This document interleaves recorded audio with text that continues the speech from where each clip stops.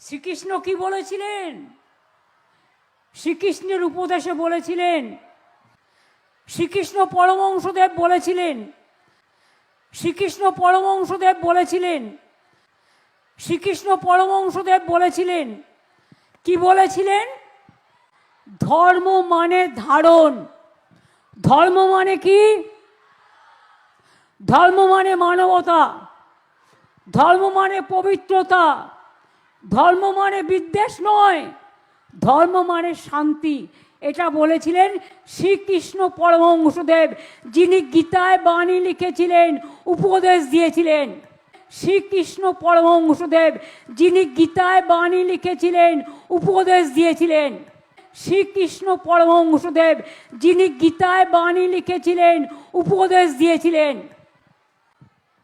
যারা গীতা নিয়ে গীতাকে অপমান করেন তাদের বলি, ওরে উন্নয়নের পাঁচালীকে নিয়ে তুই ওটাকে চাচালি করছিস, যায় আসে না। কোনোদিন পড়েছো পাঁচালি? এসো মা লক্ষ্মী, বসো মা লক্ষ্মী, থাকো মা লক্ষ্মী আমার ঘরে। এসো মা লক্ষ্মী, বসো মা লক্ষ্মী, থাকো মা লক্ষ্মী আমার ঘরে। কোনোদিনও পড়েছো পাঁচালি?